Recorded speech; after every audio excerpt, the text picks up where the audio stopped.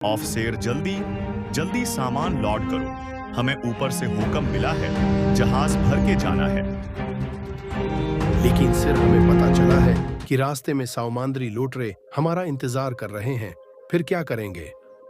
वो तुम मुझ पर छोड़ दो, वो हमारा कुछ नहीं कर सकेंगे। चलो अब तैयार हो जाओ। ठीक है कप्तान साहब, हम अभी सामान लोड करते हैं जैसा आप कहीं।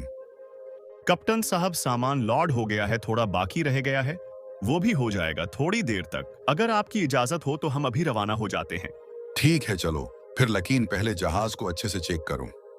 फिर जहाज हो जाता है। अब वो जहाज साउमांद्र के उस जगह से गुजरेगा जहां एक खतरनाक चाटान है। फिर जहाज इस चाटान में फंस जाता है क्योंकि वो चाटान बहुत खतरनाक है।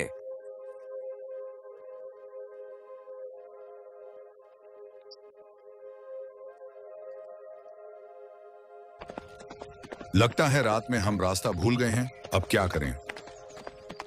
रास्ता भूल जाने की वजह से हमारा जहाज चाटान में फंस गया है। चलो उसे निकालने का कोई बंदोबस्त करते हैं। लेकिन कप्तान साहब, कैसे निकलेगा जहाज?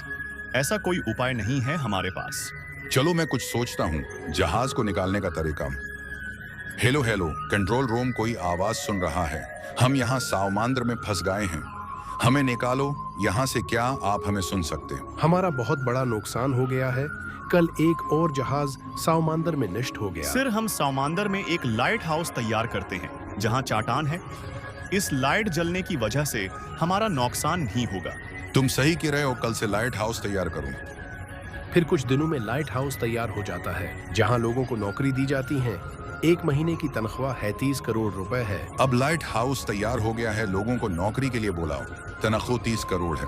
ठीक है सर, मैं कल से इंटरनेट पर नौकरी के लिए ऐड दे दूंगा। फिर लोग नौकरी के लिए दरख्वास्त देंगे।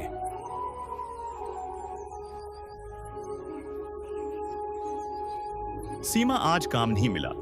पूरा शहर में लोग काम देने को तैयार नहीं है। पता नहीं क्या होगा हमारा। आज तुम्हारा दोस्त राहुल आया था। वो किसी नौकरी का बता रहा। तनख्वाह 30 करोड़ रुपए है। रहायश खाना फ्री देंगे। वो तुम्हारा पूछ रहा था, जाओ पता करो, क्या पता नौकरी मिल जाए। अगर ये सच है तो मैं अभी जाता हूँ राहुल के पास। अगर मेरी नौकरी लग गई तो मैं उस गांव में सबसे ज्यादा अमीर हो जाऊंगा। अपनी गाड़ियां लूंगा, फिर पूरे गांव वालों की जमीन में खरीद लूंगा। राहुल घर से बाहर सब्जी लेने जा रहा था। अरे मेरे दोस्त, इतनी स्पीड से कहां जा रहा है? राहुल, मैं तुम्हारे पास आ रहा था। वो दरअसल मेरी बीवी बता रही थी। तुम बता रहे थे कि कोई नौकरी के बारे में। हाँ यार, नौकरी तो है लेकिन बहुत मुश्किल है, तुम नहीं कर पाओगे। यार बताओ, मुझे जैसी भी है मैं करूंगा। मेरे घर में खाने को कुछ नहीं है। इस नौकरी में 400 लोग मर गए हैं। अगर तुम जिद कर रहे हो तो इंटरनेट पर आवेदन दो, वे ऑफिस बुला लेंगे तुम्हें। ठीक है, मैं अभी जाकर नौकरी के लिए आवेदन भेज देता हूँ, बस मुझे ये नौकरी मिल जाए। फिर वह नौकरी के लिए ऑफिस पहुंच गया। नमस्ते सर, मैं बहुत गरीब हूँ, नौकरी के लिए आया हूँ। मुझे लाइट हाउस वाली नौकरी चाहिए। गांव में सब मजाक उड़ा रहे हैं। नौकरी मिल जाएगी। तनख्वाह 30 करोड़ रुपए है। खाना और आवास फ्री है, लेकिन अगर आप वहाँ मर गए तो हम जिम्मेदार नहीं। ठीक है, आप मुझे नौकरी दे दें। अगर मैं मर गया तो इसकी जिम्मेदारी मेरी होगी। वहाँ अकेला रहना होता है। कल तैयार रहना, जहाज के जरिए लाइट हाउस छोड़ दिया जाएगा। रामू खुश होकर घर आ जाता है। सीमा, आज मैं बहुत खुश हूँ क्योंकि मुझे नौकरी मिल गई है। कल मैं चला जाऊंगा नौकरी पर।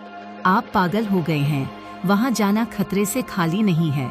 लाइट हाउस वाली नौकरी पर जो भी गया। कुछ नहीं होगा, मुझे 1 महीने की तो बात, फिर तो हम अमीर हो जाएंगे। मेरी बात मान लो, मैं सही कह रही हूँ। यहाँ कहीं शहर में काम ढूंढ लो या फिर सब्जी मंडी में काम कर। गाँव वालों, मैंने आप सबको यहाँ इसलिए बुलाया है कि मुझे नौकरी मिल गई है। तनख्वाह 30 करोड़ रुपए है। जब मैं वापस आऊंगा सबकी मदद करूंगा। इतनी ज्यादा तनख्वाह? मुझे भी उसी नौकरी चाहिए, लेकिन वहाँ काम क्या करना हो?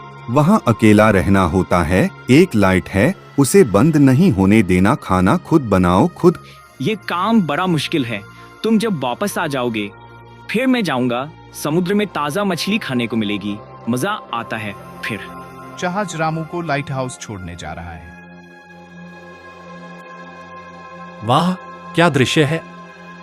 लोग मुझे यहाँ डरा रहे थे, लेकिन यहाँ कितना खूबसूरत दृश्य है। यहाँ मैं रोज अपने घर में चारपाई पर सोता था। यहाँ तो सोफे का सेट है और बड़ा खूबसूरत घर है।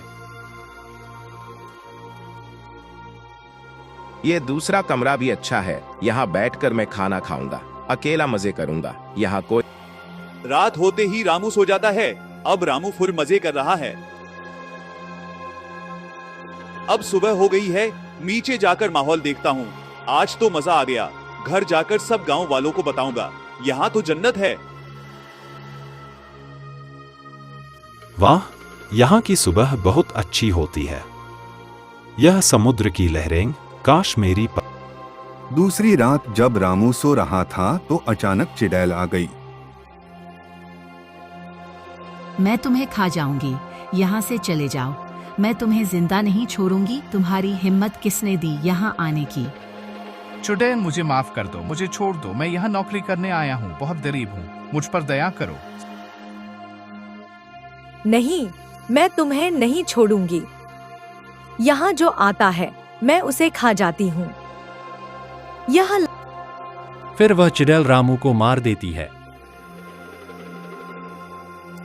अब पता नहीं मेरे पति वहाँ जिंदा भी हैं या नहीं। कैसे पता करूं मैं उसका? एक तो फोन भी नहीं उसके पास। मैं बहुत परेशान हूँ।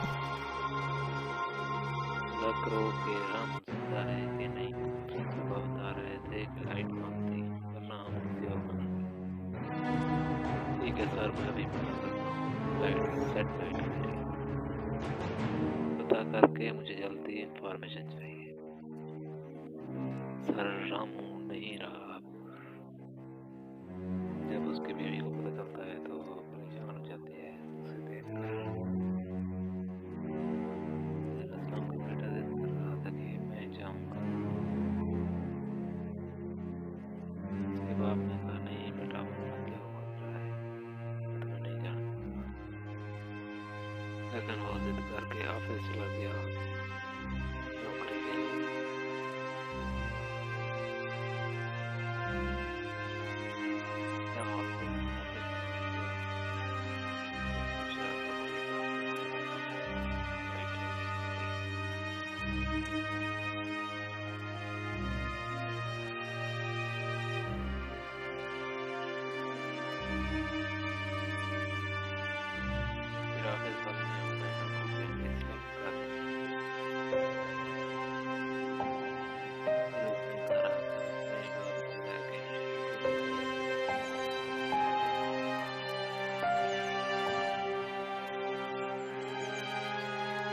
बेटा वहाँ मत जाओ, पहले ही वहाँ 400 लोग मर चुके हैं। वहाँ खतरा बहुत है।